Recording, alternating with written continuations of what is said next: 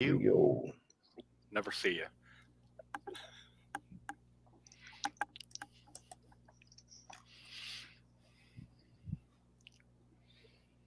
And we are live.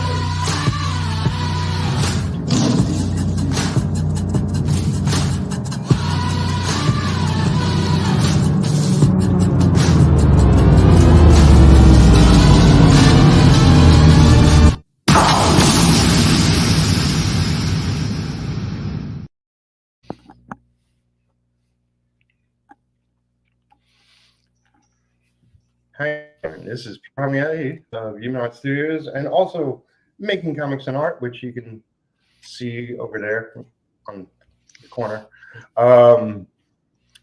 Whatchamacallit? Alison's not with us tonight, so it'll just be us three.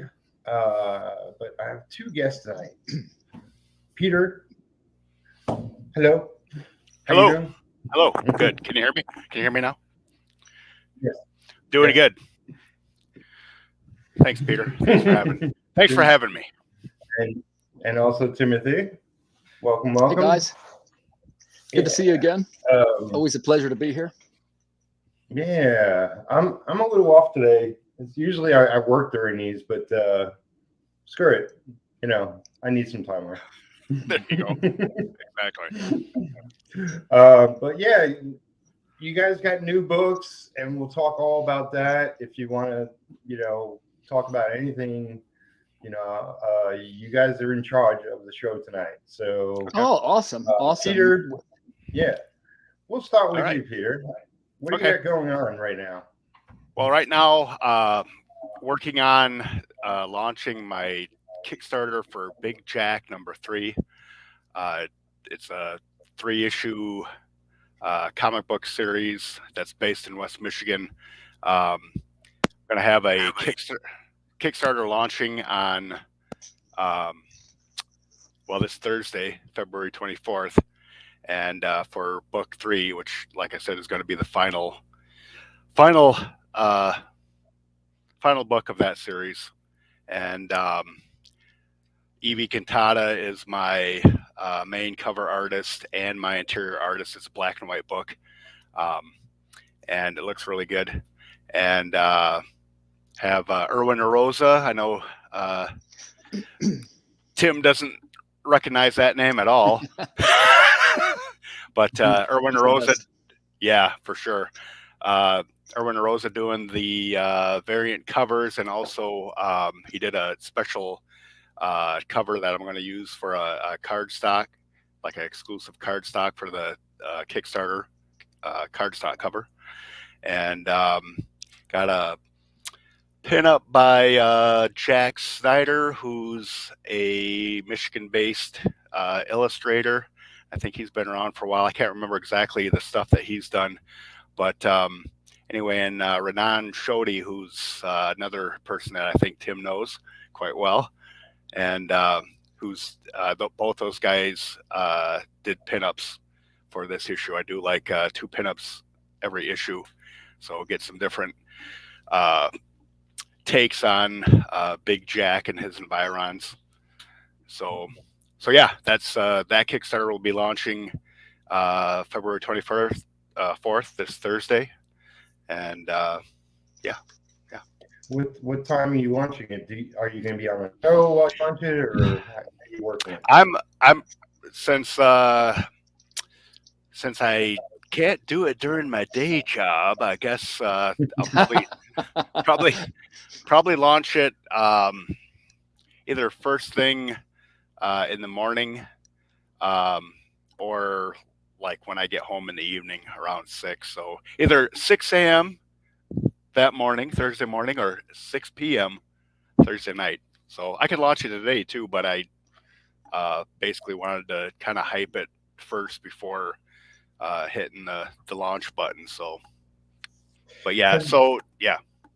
Have you guys tracked, like, if you launch it at 6 a.m., does it end at 6 a.m.? Yeah.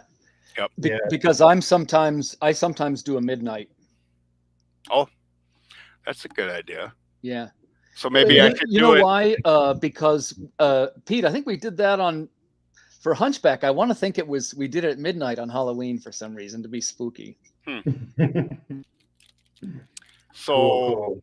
so I should launch mine on like Wednesday. Well, it'd be like, Thursday, 12:01 a.m. Are you talking about Thursday? Yeah, you can. I like time that it. time. Yeah, You can time it. Yeah. yeah. That way, the last day you've got that whole last day for that final push, right? Yeah. That's your concept. Yeah. That's what they say. I'm Yeah. always thinking of what's going to be the consequence of doing things, and Exactly. I've been reading some of the. Well, I bought a couple of the books on the Kickstarter, and there's a fella who did like a little podcast on it, and the reports on the ones that start and on either a Tuesday or a Thursday, they perform better. So for the first time, I am taking that advice. I'm starting on a Tuesday this time. Oh yeah, Pete, I'm going to make it. I'll be with you, buddy. We'll pair up. We'll do something. Yeah. Yep. Because I got mine in for review right now, and Okay. there's nothing too funky with it. Are you going to launch yours the 1st of March, or as soon I'll as probably be something like the 8th, because I'm going to do some build up. You know, that was the other thing that people have been talking about quite a bit, is how much build up do you do? And I've heard everywhere from a month to, some guys say be talking about it for 3 months. Well, right. There's already I'm already doing another book in 3 months. At least I hope so, Right. So, I guess what I would say is, to me, a month seems too long. I don't think I have the following yet to generate a month worth of buzz. It sure doesn't feel that much. So I'm going to try like 10 days, or I might do 14 days. And I'll tell you why I say that. For me, and what I think I've learned is that you get people to a certain level excited, and you kind of keep going, or you'll start to lose them too. Right. Well, I think, just like you're saying, the month long, I mean, I can understand that, but it seems like if I was being fed all that on a upcoming Kickstarter that I'm following, that I might kind of not necessarily lose interest, but just kind of like, all right, it's just like, local news. You listen to it over and over and over again, and you just kind of like start, going deaf. Well, and remember, I'm not an expert, but I'm going on to what's this number 4, right? So the one thing for me, if let's say I went for 3 weeks just to pick a thing, after the second week, there's so many more new things coming out that I'm getting buried lower and lower. And, I am the type of guy, I'll try and avoid like a Berserker or any of these super launches. Sometimes when I see one, I'll wait to swing. Do you know what I mean by Berserker? It was Keanu Reeves. Yep. Yeah. And it was IDW. And of course, I don't fault them for using crowdfunding. Hey, we all do it. Yep. But of course, when you're somebody like IDW, you've got way more resources than a guy like me. So it's almost, I sit on the bench till they're done. Right. I did for mine. So my Kickstarter got approved last week, I think Thursday. And so I really started talking about it on Friday. I mean, I've been talking about, Big Jack and Book 3 and everything else, since this whole thing started. So, but yeah, again, I don't know if I have the stamina to like push it, because I don't want to be pushy. I want to get it out in people's face, but I don't want to. Well, Pete, I'm glad this came up, and I'm glad that we're on Peter's show to talk about this. Because let me tell you, Big Jack is a great book, man. And I say this in the sense that I'm not just talking the talk, man. I walk the walk, right? Like, I'm a fan. You can count on me. I will back this book, and I want to see what's going to happen with this story arc. And here's where I'm going with it. I think, and this is another thing that I've been reading, it's kind of, when you say, well, I don't want to be too pushy or to push it off onto my audience. You got to remember, you got an audience that's craving more, right? And we've got to try and serve them a little bit more. And I guess we have something kind of similar going on, that we have like a smaller segment, obviously, but they do follow it kind of passionately. Like I've got a couple that I've done really well with, and you can kind of tell which ones are doing well at this point, or at least I think I'm starting to be able to learn that. Well, the other thing I did too, besides, putting it out there on social media and also updating posts on my other two, Kickstarters to make sure the people in that, the backers from that group knew about this.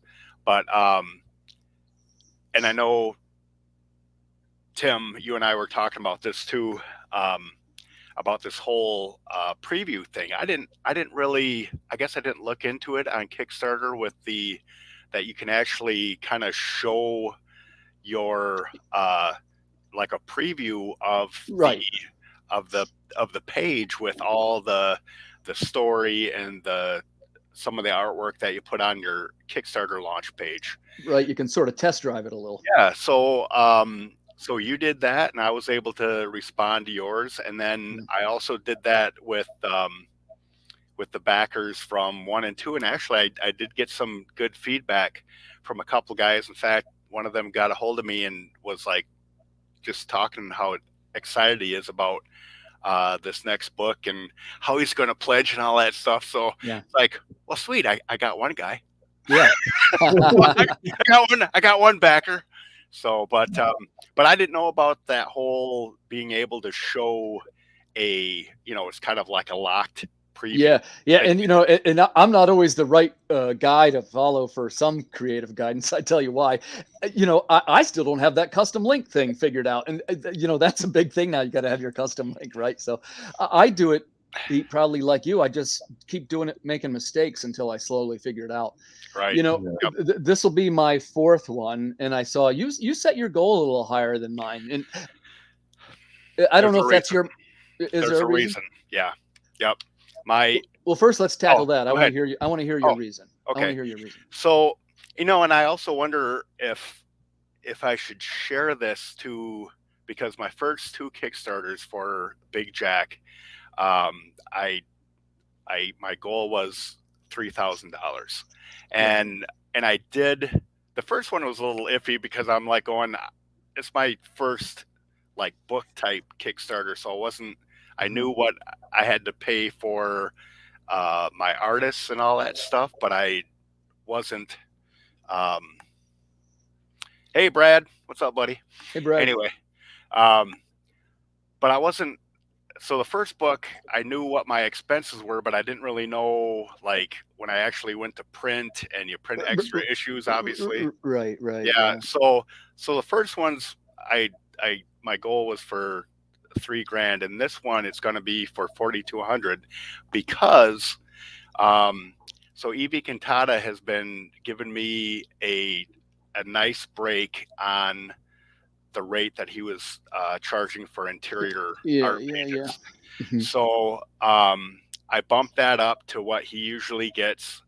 I asked him what he usually asks for on for everyone else, and I said I'll pay that because I want this last one to like really pop. So I want to make sure that he's happy because a happy artist, So I just want to make sure that he's engaged and content with everything.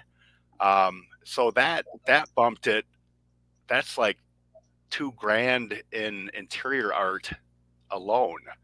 And then with the covers, with the exclusive cardstock cover that Erwin Rosa did for me, the 2 pinups, and that wasn't even including like printing and all that stuff. So, and then I've screwed up the first 2 times and totally, and it's me admitting that I was stupid.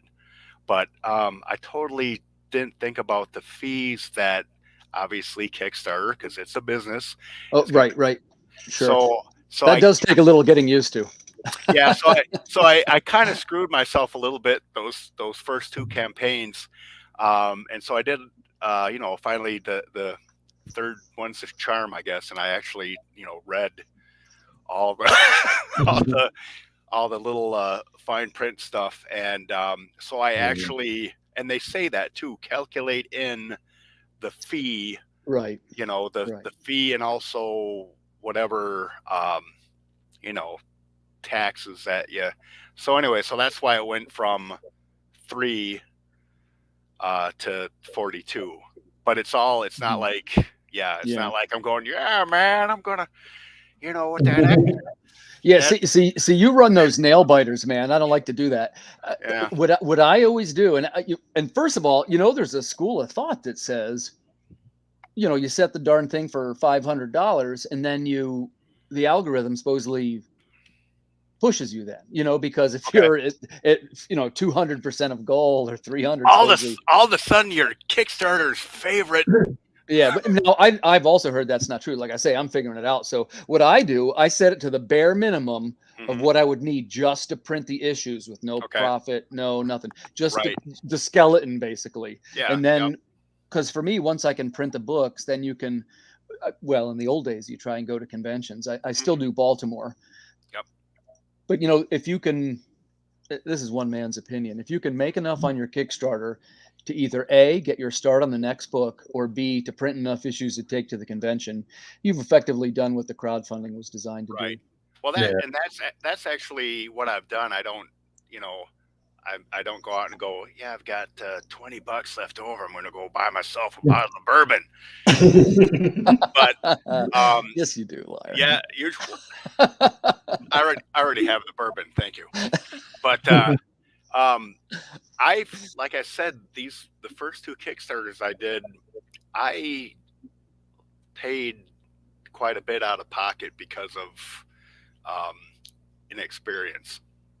So yeah, I know that, sometimes you look at some of these other Kickstarters and they're looking for like 10 grand for like a 2-page book. Right, I'm like going, that something's going on there. But I'm trying to keep it, as close without losing my shorts in the process too. You know? Yeah. So,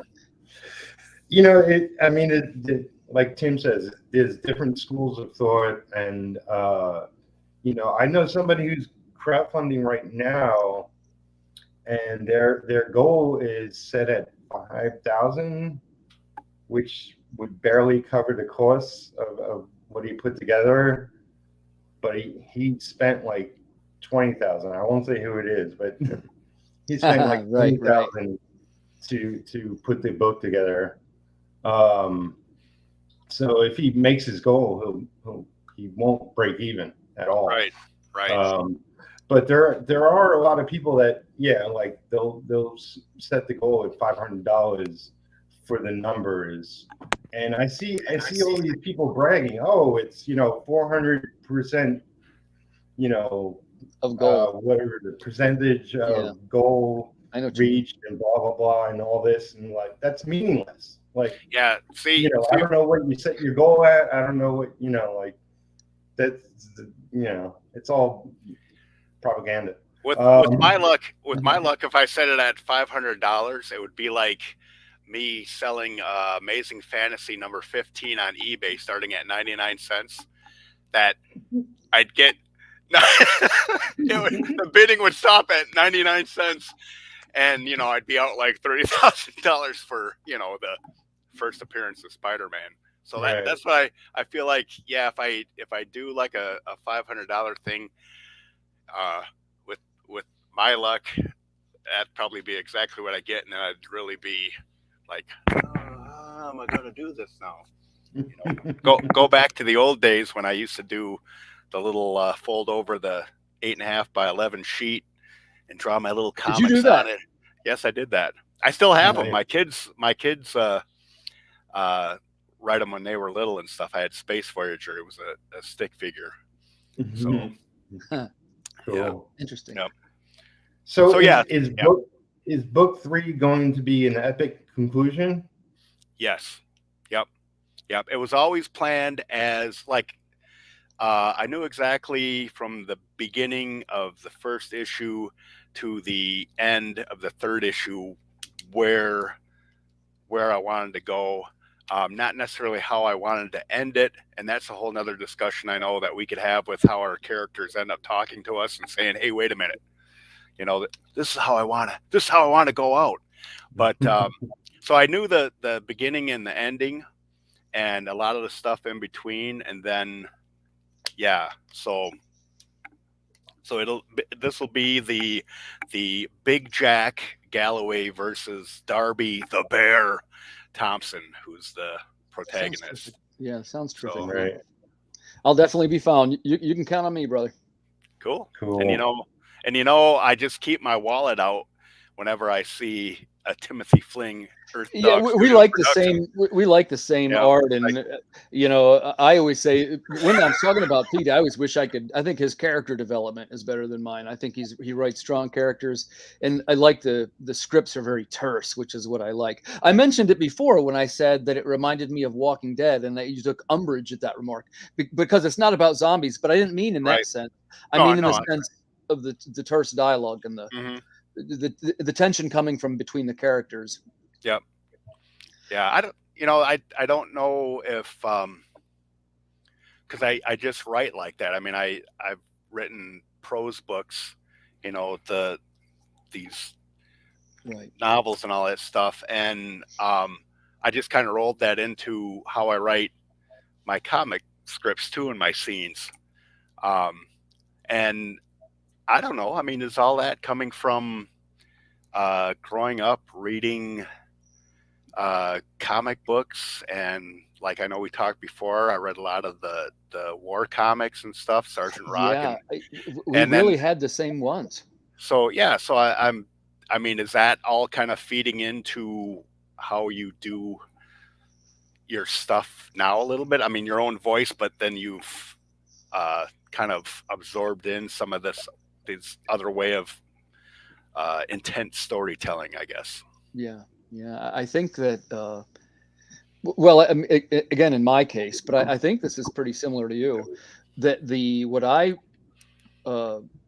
grew up really reading, which was, I would put this in two categories. Ready? I read, I was always a comic reader, and, I love the interconnected universe.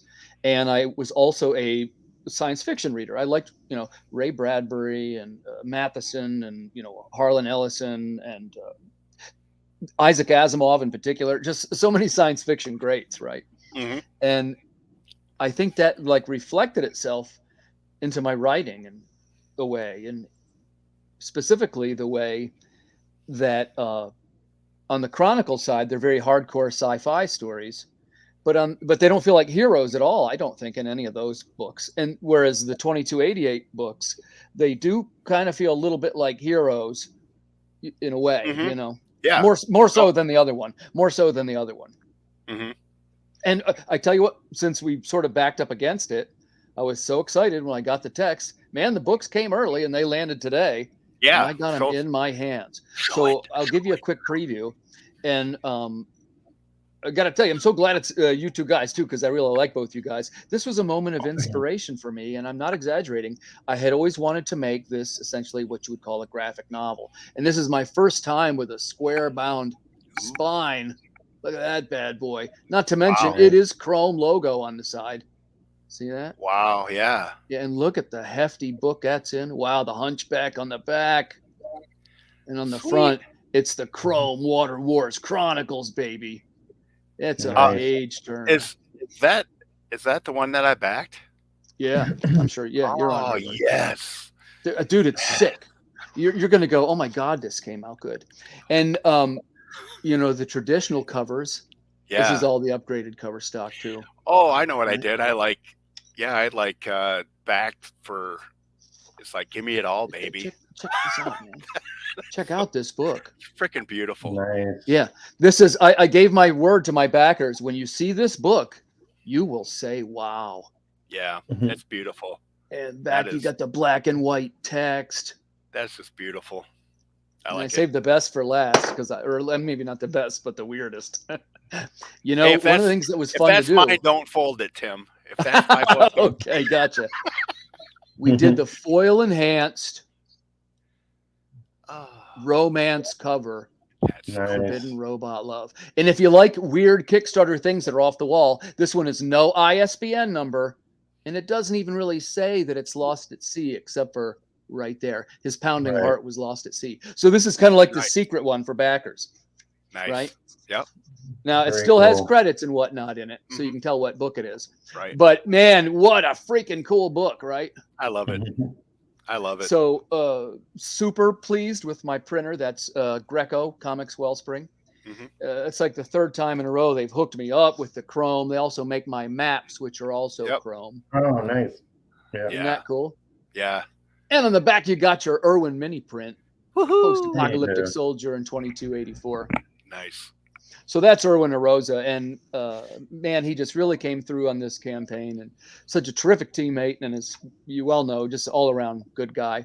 A diehard Christian, will do anything for you. He will pray. He is a man of faith. I feel that gives him strength. I often wish I had more faith myself. Yep. I always think, Tim, that I mean, the minute I saw your material, I just thought, you know, this is professional. This group here, Earth Dog Studios, is like truly the real deal. Well, because you are the real deal, obviously. But, Thanks. We're getting there now, man. Getting there now. But I just thought that just super professional stuff, and I think you've got something going on here. So yeah, I sort of, if this was a video game, like before I was only like a 1 or 2. I might have just went to 3 though. I think. I'll tell you. Do you believe in the? You know, today is the Tuesday. It's 2/2/22, and it's a Tuesday. Do you know there's a thing where? First, let me clarify for the listening audience at home. I'm not a kook, but you know, I never followed any kind of alignment of the stars or anything like that. You know, it's of course that's silly, right? Well, I read this article and it said, "Hey, well, be careful on 2/2/2. This is the day these synchronicitous things will happen to you." And I thought, didn't think too much of it. But then listen to my day that I had today. Okay. I go to work. I have a regular job, regular guy. I'm general manager of an auction house. I go there. It's a lot of comic related things. The first thing is they drop off this. It's a previews catalog is what it is. And it's what comic book stores across the country order their comic books from. Right. Kind of the Bible if you're the comic book making guy. So Jared tosses one into my office. Hey, man, it's new previews guy, blah, blah. And I look at it and I go, hey, you know what? I think that's the one that I think I might be in that one. So I take it and I grab it. Man, sure enough, there's Water Wars #2, which is their Planet Comics number 9 or 8. And Arctic. It's Antarctica Press, right? Yeah. So there's my name up in light, so to speak. And I'm like, oh, man, that's awesome. I said, I guess there's my good coincidence for the day. My phone buzzes, and it's a message from the text. And the text says, you know, if you have your alert set to the U.S. Post Office, they will alert you if they put something on your porch. And this was this 2 big boxes, and it's got a photo of it. Hey, your shipment arrived early. Sweet. That's got to be the Lost at Sea books, man. Right? So I think back, I'm like, wow, comic-wise, I'm having a pretty good day. I sit back and watch it. And the third thing is Russell Nolte's Cthulhu book was launched today. Boom. And I'm right there in the promo stuff in the beginning. And even if you back it by such and such, you get a free copy of The Hunchback. Yeah. And for the first time, I sat back and I went, okay, you know what? I'm onto something here. Go out and play the lottery. I don't have that kind of luck, man. I never did. Me neither. Yeah.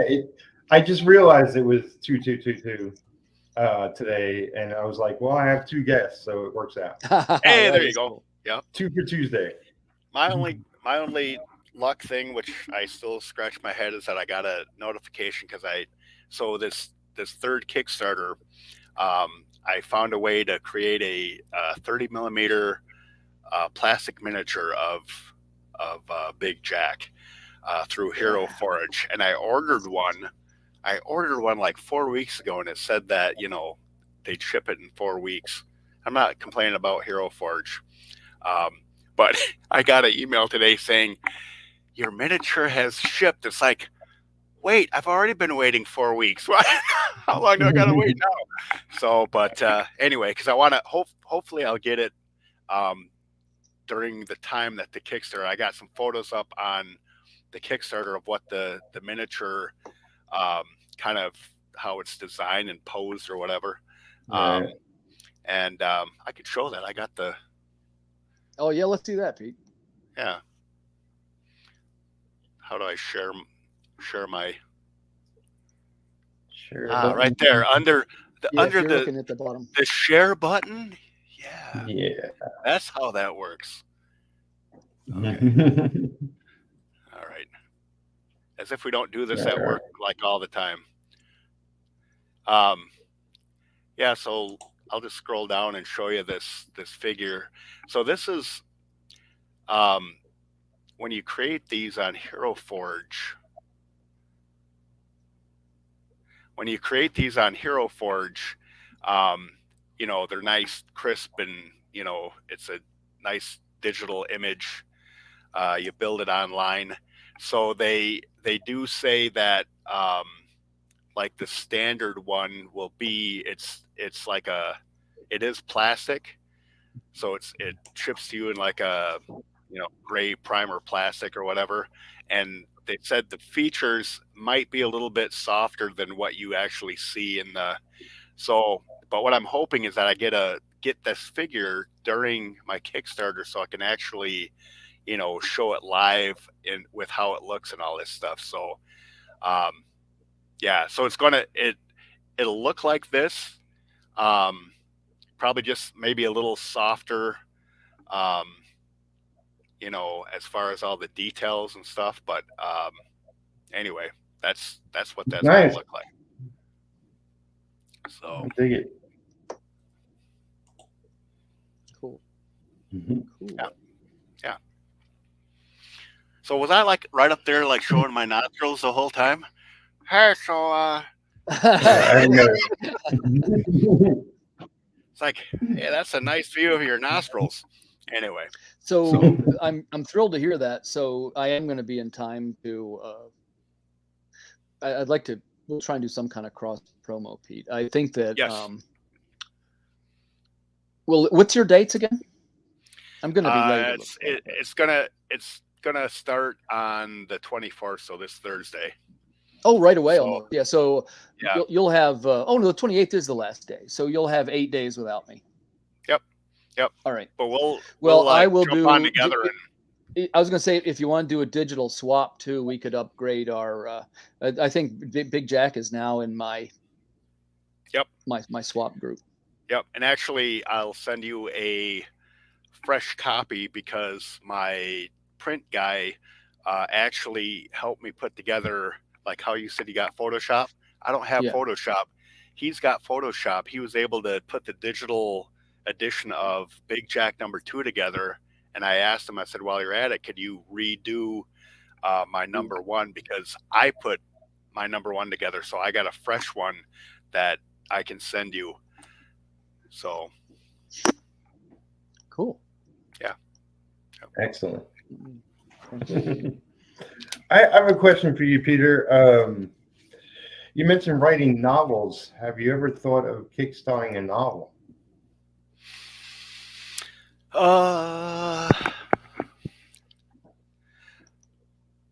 No. And not that I guess I never did, mainly because like when I got the Transport series published, that was actually through a publisher in Kentucky, and so they did all the printing there, and actually I think they went through, I don't know who they went through, but anyway, and then all my other stuff was through a local publishing house, but they used Create Space to print the books and stuff, and they came out really good. So as far as doing a Kickstarter for that, yeah, I mean that would help if I wanted to do more like self-published stuff, because I tell you what, when I get my own author copies of my prose books, because even though they might be up for retail at Barnes and Noble or Amazon, you just don't see any kickback on that. You know, you get 10% of whatever everyone else gets after they get all their, and so if you can self-publish stuff, especially if you've networked with editors and artists too and stuff that can do your cover and do your book editing, yeah, I don't see why you couldn't do a like a crowdfunding for a self-published work. So, but I don't know. I kind of like this whole doing the comic stuff now. So, I mean, I've got lots of stories still yet to tell in my prose stuff. I have a question I asked Pete since we got on the subject of the novels. So how many novels are there? There's 4 or something, right? I've got three that kicked off Transport. This is where this whole universe that like Big Jack is part of too, Sure. just 60 years later. Yeah. But I started with Transport, and because I love lovingly attacking a alt history Michigan where I live, I just kept writing stories in this alt history post-apocalyptic West Michigan. So I've got the three Transport books that kicked it off. Then I created a standalone character, Joe Cross, and did a couple books with him. Then I got a short story book. Then I've got, remember the Space Voyager character that I told you about? I used to do like little stick figure comics when I was little. I turned this guy into because I actually wrote a story about the character, and Space Voyager is actually me. It's me. But anyway, I actually wrote this little novella and got it published, and that's cool. That's my Space Voyager guy. So what's the title? What's the title, Pete? Return to Strange Home. Cool. With cover art by Tim Holtrup, who's a local West Michigan. Now, can I ask you a couple more novel questions? Sure. When you make the novels, because it's the same thing, the characters are all in the same universe, right? Right. Yep. So you plot all the storylines out ahead of time, and what was interesting about the Transport stuff was that I had the first book written, so I knew where it began and ended, and I knew like the 3 crucial parts in the story, and except when I got involved with the publisher, he said I only do 3-book deals. I'm like going, okay. And so I didn't have the second and third book really thought out, which was very stressful at the time, because I was like, oh crap, now I gotta figure out what happens after this first one, and it ended up working out really good, because I was able to, the first book could stand alone, but it flows easily into the second one, and the second and third book are like truly really connected. So it all worked out good. There was a finale to that series, and to my main character in that series, and but it also just, I think, just talking with people that thought it was all kind of cool, because it was like a Midwest type post-apocalyptic stuff. There was zombies, but I did a different spin on zombies where they're all done pretty much chasing you around. Now they're all the ones locally are all quarantined on the west side of town where I actually grew up, and my military crew, that's part of the stars of the story, actually part of their job is to go in there and feed these poor unfortunate citizens that have been turned due to the H7N9 bird flu pandemic in 2013. Interesting. Okay. But anyway, but I did a different spin on the zombies. Where they're quarantined and they're fed this dope meat, so they're kind of slow and lethargic, because there's laws against actually harming them, because there are poor unfortunate family and friends, so you can't just go in there and shoot them. But brings up issues with, there's some politics of where there's a lot of people going, why are we wasting our time with these undead people? And so you got some factions going in there to try to, screw that whole plan up. And anyway, my military crew gets in the middle of all that stuff. So the bad guys are really the living people. The undead are just kind of the background, so. Sounds pretty cool. I always wondered, because I've had Pete, we talked about this a couple of times. I was a short story writer before, and I still really enjoy it a lot, in fact. Mm-hmm. But I don't think that I had never got any. I couldn't get anywhere with it, and maybe I was, trying the wrong avenues. Obviously, maybe I could have maybe gone for a short story collection. Just the path is so different, right? Like if you're a short story writer, essentially what you're doing is you're looking to get a couple pieces in magazines and this kind of thing, and you try and build it up to a collection. But I didn't. It was fair to say I wasn't knocking the skin off the ball there. And even with the comics, I'm so proud of the Socket series, the first one, and it, same for that. It just never really quite landed with an audience, and I always took that to mean, well, it's like we said, listen to the audience, right? You got to listen to the audience. So it seems like the Water Wars books have been, by contrast, they're doing really well, and I'm kind of getting somewhere.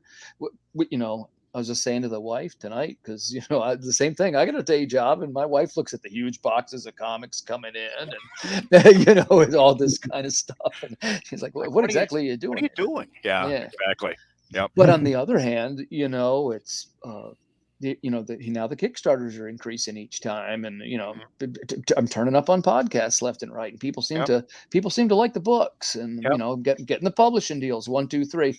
Man, I'll tell you, if this was last year, I would have said I already had a good year, and this is only February. I got to talk at some point. I got my big thing right now is the launch of the Cthulhu is Hard to Spell, Russell Nolte's anthology. And, they're talking, this thing just cracked 10 grand on the first day. Yeah. I saw that. First of all, let me just say, I'm lucky to get lumped in with some of these people, right? Like, this is obviously a tier up from where I'm at. Mm-hmm.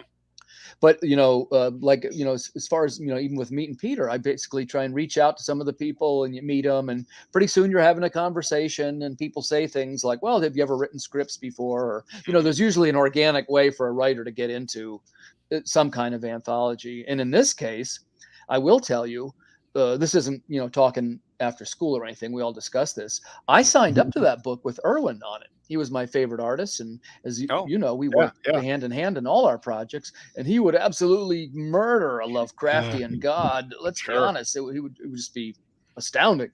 Mm-hmm. But he reached out to me and he said, hey, Tim, do you have a problem? I'm a man of faith. I don't really feel comfortable with the spirituality of it, and this evil god coming back. And I was like, you know what, man? Sure. Because I hadn't considered that viewpoint. And I said, I understand. Right. So, I said, well, let me reach out and see who I got. And I put my finger on Renan Shoddy. Yep. And he's a devil worshiper. Not really. Yeah. Well, he not really, Renan, if you're watching, I love you. He is he's one of these, I don't know if you know too much about Brazil, but a lot of the super artists are coming out of Brazil these days. And, he is one of the ones who there's Brazilian culture has he's a Japanese fella that lives in Brazil. There was a thing during the early 1900s where they went there to repatriate or do some shit. And there's a generation of Japanese Brazilians. So he has the whole Brazilian culture, but I think he also has the Asian eye for detail and work ethic. And I hope you can say that without sounding racist. My family's Asian, and I don't think they'd be offended if I said they had an eye for detail and a strong work ethic. So I'm going to stick to what I just said. Yep. Now, once I met him, though, right, I said, hey, look, man, here's the deal. I said, I don't even know if we are going to get into this anthology. I'm not really, I didn't have a publisher. I didn't have none of the stuff had happened yet that was since come out. And he said, well, look, I'll give it a try. What's the worst that could happen? And I said, listen, let's dial it into a little more sci-fi-ish. And if it doesn't work, it was going to go in Water Wars #3. Yep. Okay, great. So we make the story, and man, God bless him. Russell loved it. He's like, oh my God, this is terrific. Blah, blah, blah, blah. I get an email 2 weeks later. Congratulations, you're in the book. Da, da, da, da. All right, great, man. Well, I sort of dug working with this guy, Renan. And I said, hey, man, let's do a page test. That's usually where I start out, right? Let's do a page test. We'll do it short. And before he sent you anything, you did. This is after the Cthulhu book. Okay. And this would have been right between. Hey, Shadowhawk, what's up? This would have been right before he started on Water Wars, and he sort of he took it to such the next level. He took it to a level that's kind of hard to beat now, right? So, but he did 8 pages, I think, in that first test, and he does this thing, right?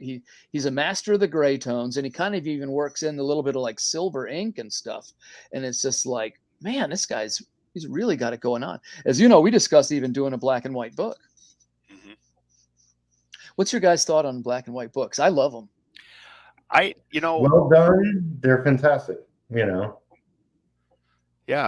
I had a guy come up to me at the local comic book store that I deal with a lot because they really support local creators and indie stuff.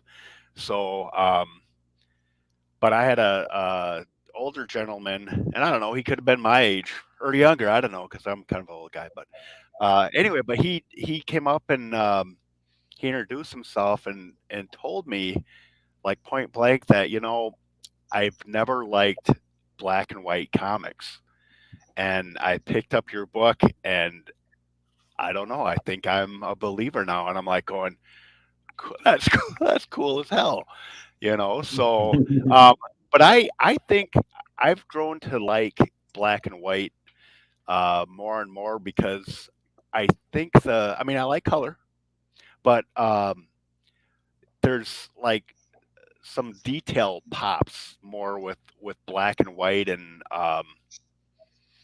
anyway, sometimes it can be done real muddy, but if you get like a master doing it like Peter, and but anyway, no, those bold blacks. He does have the bold blacks. I love that, bold man. blacks. So yeah, but I really like black and white. So You got a great looking black and white book. I should mention I have a couple of your links down below. I'll make sure to get the Cthulhu link and put that down below as well. For everybody in the chat and anybody watching this later, their books aren't live right now. There are new ones coming up, but they will be very shortly. As we were talking about previously, naming the exact dates and all that. So Peter, you're going live Thursday the 24th. Yeah. Now, thanks to Tim, I'll probably like stay up really late and launch mine at midnight on like super early Thursday morning at 12:01 a.m. February 24th. So, and that goes for 30 days, and that is Big Jack Animals #3, the big finale. Final chapter. My Kickstarter. Yep. Excellent. So Timothy, like we've been talking to Peter a lot. Let's get into what you got going on. Yeah, I'm coming right around the corner there, right? So March 8th, we're launching the 3rd volume. This is Water Wars 2288, which this is a female-led post-apocalyptic short stories. There's 2 of them in this book. One is the continuing adventures of Sarah Strong, and this one has a little bit of some musical references, which I like to sort of put into our stories. And the second story is the secret origin of Phaedra 5, who is the mysterious cyborg that traverses her way through our stories. It's kind of her origin story, in fact, is what it is, and it explains why she is partially assembled. It's funny what I do for my stories is I start with the endings and I write them backwards. I've done that for as long as I can remember. And because especially this, I've always thought that the visual stories, they typically end on a visual beat, right? Or there's an image that you've conjured together. And for me, it's always kind of fun to start with visually striking character, you know, one-armed robots, you know, all the weird stuff that we put in our stories. And then it's like, oh, well, how'd they kind of get that way? And you sort of map it all out piece by piece, write it backwards. And that's why, like, if you read in the 2288 series, it actually goes 2288, 2276, 2250, like it's going back toward like each one. I you read did it notice backwards. that. Yeah. Yeah. I thought you were just telling a backstory at first. Well, now I that's know what, it's what it is each book is sort of like, there's basically 3 characters in the Water Wars 2288 universe, which is Sarah Strong, Citizen 0313, and Phaedra 5. And each story is like one of their flashbacks. And it kind of tells various stuff that how they got that way and what kind of hassles they had to go through. And I think that in that series, it's set up a little bit. And here's who I pitch it to when I talk about the series. First thing is, if you like female protagonists, if you like Ellen Ripley and Aliens, if you like Furiosa and Mad Max, if you like Tank Girl, you probably will like Water Wars 2288. The second one is if you like lavish illustration along the lines of, you know, something like Y the Last Man, The Sandman, this type of thing, you would probably like it. Or like Saga, it's a little bit like that. And they are science fiction stories, which I know is not always accessible to everyone. But as I like to put it, it's a little bit light. You could pick up one issue and there's a story in there, and you don't have to read any of the other ones, and it'll still be a fun read. And it won't be like, well, I don't like, it's not something that won't make sense. Right.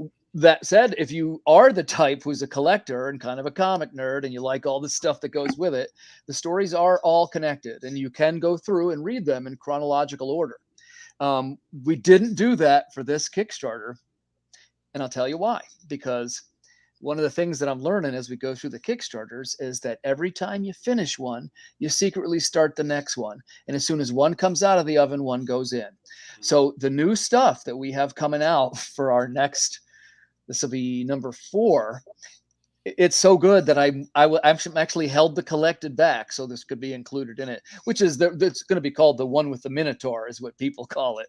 Nice. It's Citizen 0313 and Phaedra together fighting this genetically enhanced Minotaur. And it's such good material that I want to wait and hold the trade. And here's the thing: when we do the trade, there'll be a rating, so you just read through it, and you won't. Like, it won't even feel unnatural. All the illustration is it'll be very flowing. Whereas if you did it by floppies, okay, well, you need number 2. Okay, now go to number 4. Now go to the second half of number 1. Like, it's a little bit all over the place, right? But it's fun for somebody that likes to collect comics.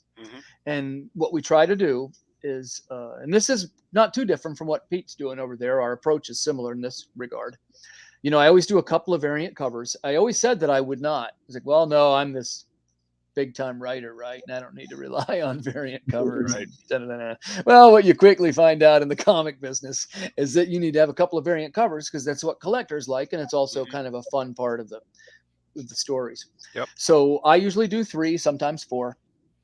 And what we do is, you know, we try to different stable of artists, but I do sometimes double them up. And in the case of Irwin, I sometimes will have him do it all. And sometimes it gives a cohesive look. I guess only time will tell if that was the right decision. But, you know, for like Lost at Sea, he did all the work. He's the illustrator. Oh, it's beautiful. It's a good idea. But the question is, did I cost myself sales by doing that? Like, if you would have had well, as you know, I don't hire any name artists. I'm not to the, you know, I'm not to the level where I, you know, have a $500 cover or whatever, $1,000 cover. I'm just not there yet. That's sometimes I won't make that. Sometimes I'm barely breaking even. I'm just now entering the territory where it might be more than that. Right. But the Kickstarter starts March 8th, and that is going to be Water Wars 2288, Volume 3. It's called Bright Steel, Red Goddess. And they're sci-fi stories. And if you like the first 2, you'll really like this one. And if you have never read one at all, this is a great jumping on point. And if you hate science fiction and you hate comics, you also will like it if you like the Beatles.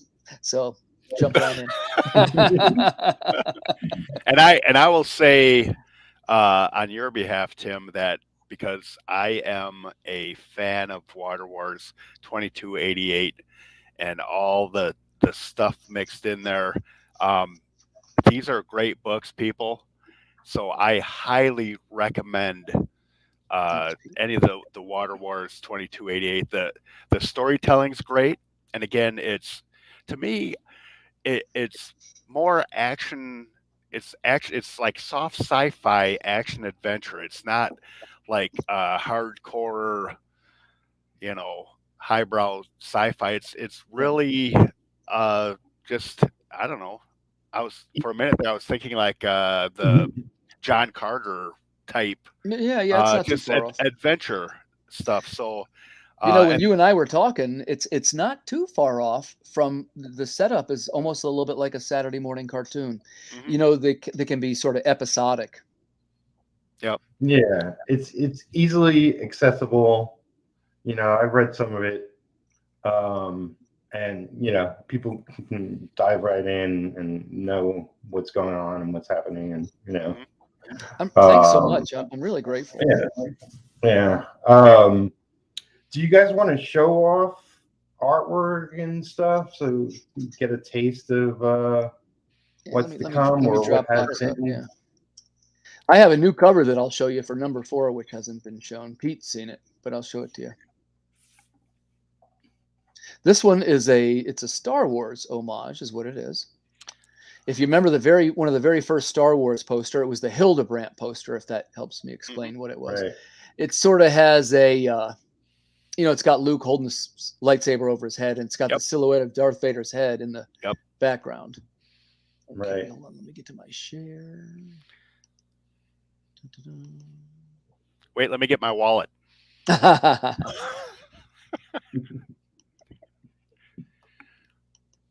Tim and I just swap money back and forth, I think. If anybody watching in the chat has any questions, feel free to drop them down there.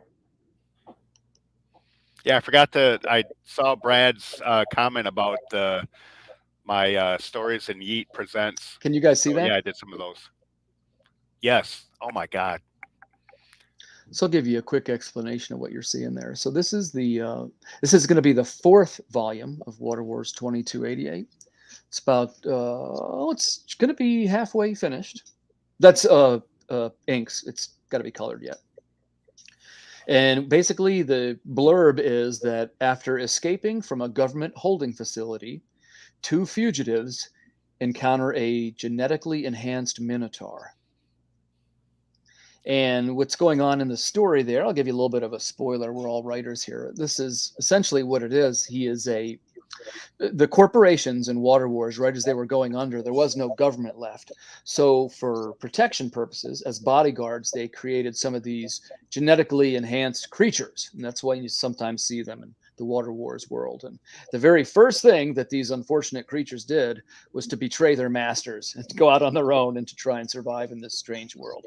And the reason why the Minotaur is blocking passage to the labyrinth to our 2 fugitives, he's not a warrior, he's a simple farmer, but what they don't realize, his secret is that he's protecting his pregnant wife.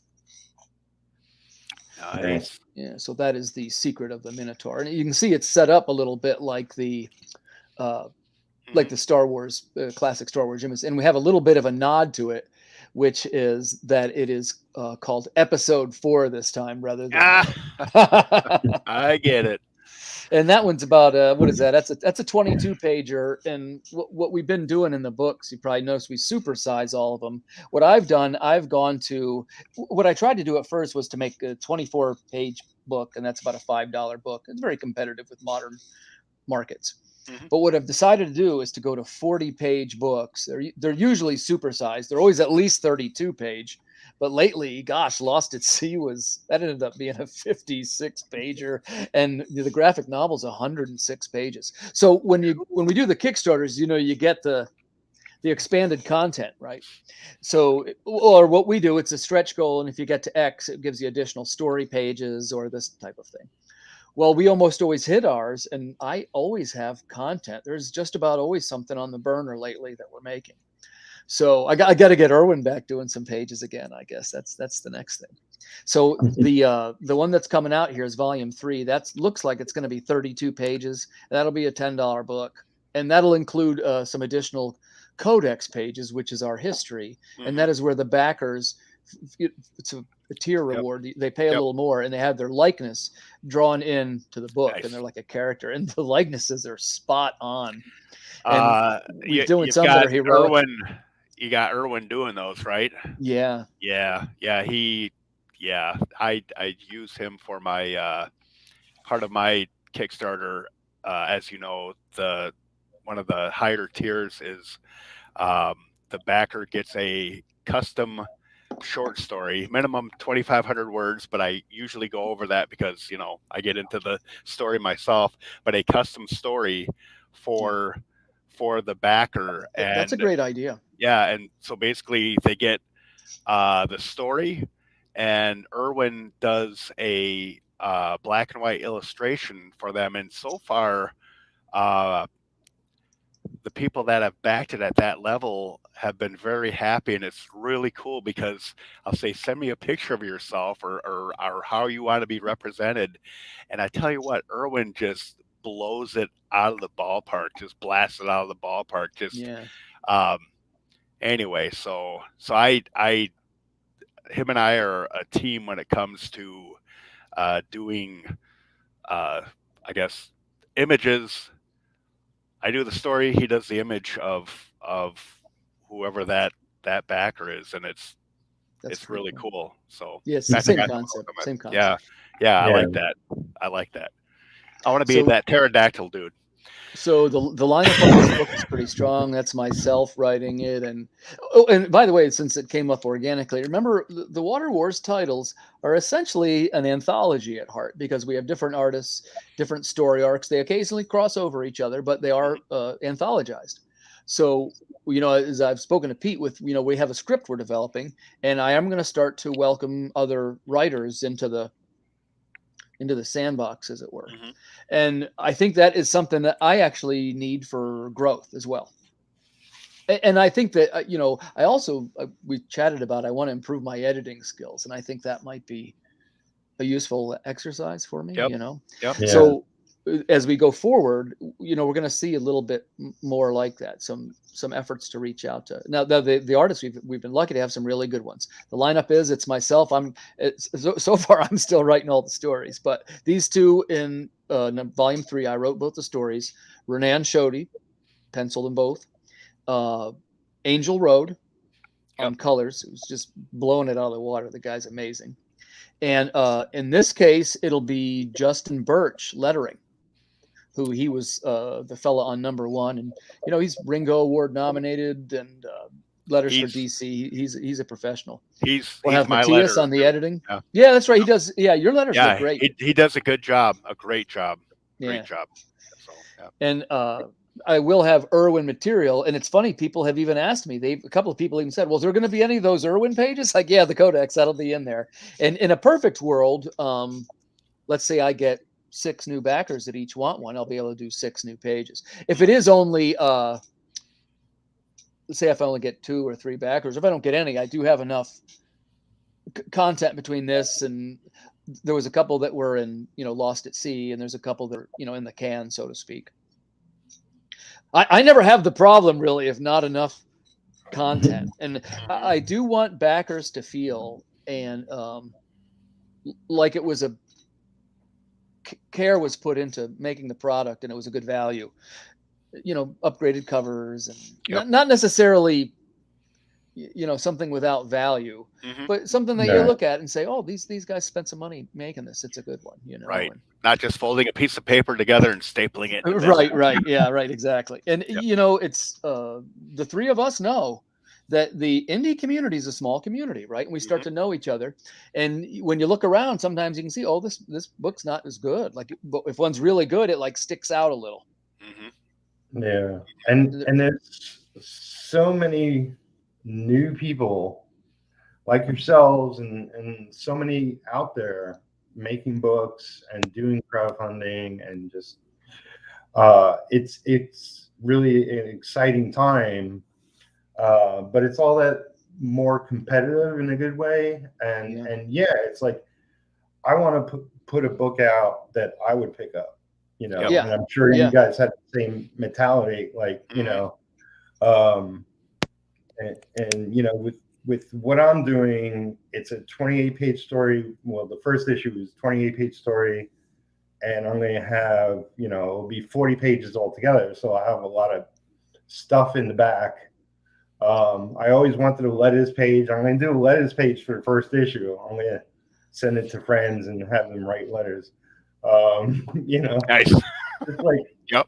I want to throw in everything I want to see. Sure. Hopefully it will be pleasing to everybody else. I'll have a fan art page, because I've, throughout the years that I've, told people about my character, I've gotten fan art, and it's like, oh, I should definitely throw that in there. And, give a sneak peek of like maybe the first couple of pages in black and white, and then color, and, like the stages and all that, the pencils.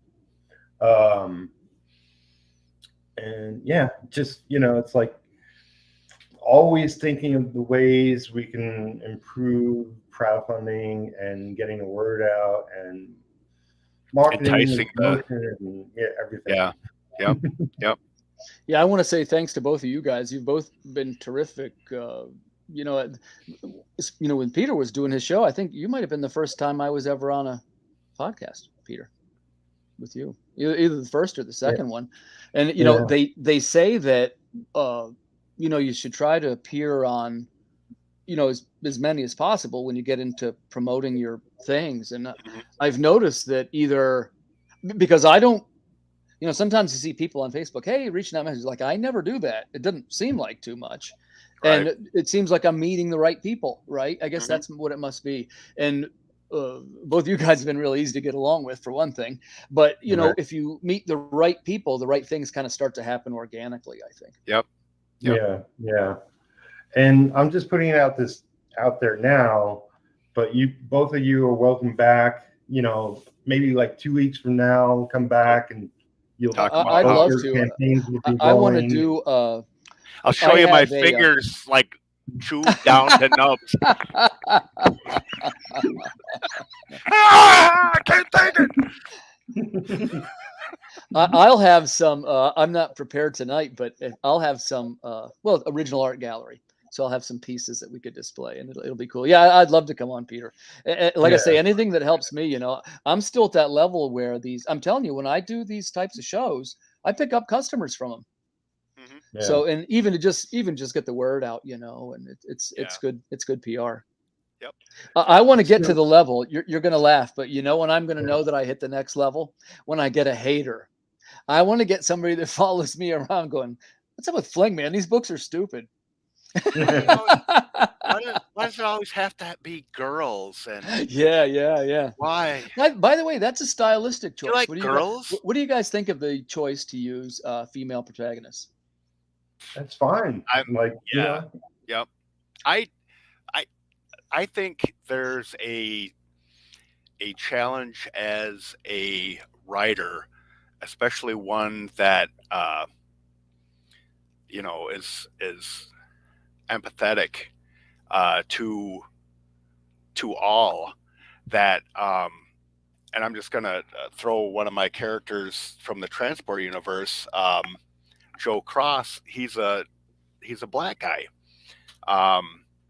and he's suffering from PTSD. He lost his family. He's driving around with his daughter's teddy bear, and he talks to it. But I wrote it, and somebody said, "Wow, you're how is it writing like a black character?" And I said, "Not any different, because I'm not treating. If you read this character, it's a guy, it's a guy. He's got problems like everybody, and there's nothing anyway." And I picked him because it was, I don't know, maybe just a challenge to me to look through somebody else's eyes and not get into anything cultural or anything like that, but just, I don't know, do something outside my comfort zone or something, So I think also writing a female protagonist, I don't know, there's some sensibilities that you get enmeshed in when you're working with somebody of the opposite sex or somebody outside of your own. Yeah, it was intentional in our case. It was intentional. That's why there's kind of two divisions. That's why there's Chronicles and 2288. Okay. Right. Which, you know, and maybe this is stupid of me, I don't know. But the one thing that I didn't do, of course, it's like attractive female characters, but it's not boob covers. I don't do anything like that. Yeah. I don't feel that's me. Yeah, I noticed a lot of the Kickstarters. Mind you, I'll look at them, and they make a lot of money. Yeah, but I noticed that as I scroll down, I'm thinking, okay, they're gonna have the nude cover, Right, sure, right. and sure enough, so you know, I ought to do like a big Jack, like like a beefcake.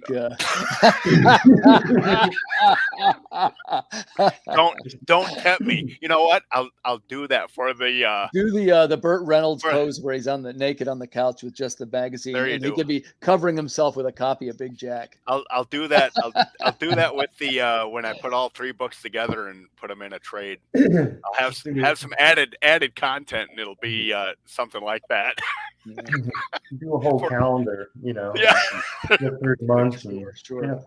Yeah, exactly.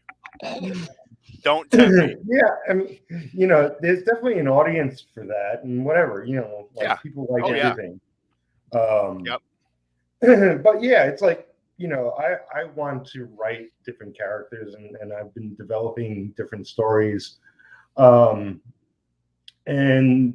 yeah, you get people that say, "Oh, well, you're not a black man. You know, you don't know how to write a black character." Like, you know, that's BS. Like, you know, it's like I could see if Brad Pitt tries to play a black character in a movie, that would be a little strange. But you know, as writers, we should be able to write anyone. Like, people are people. You know, it's like our experiences are different, but you know. Yeah, it's just one more thing, you know. It's when you're trying to make memorable characters. Well, it's hard, right? Because so many character things have been done. Right.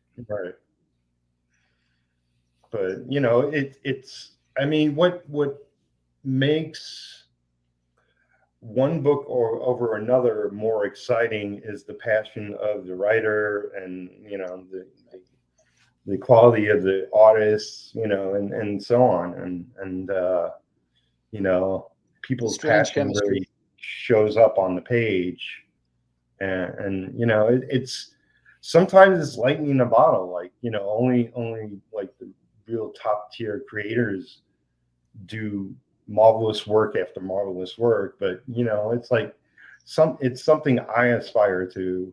You know, it's like, why would I aspire to just put out average crap? You know, it's like, I really want to do something a great work. Right. You know, sure. But so is there anything we missed? We've been going quite a bit.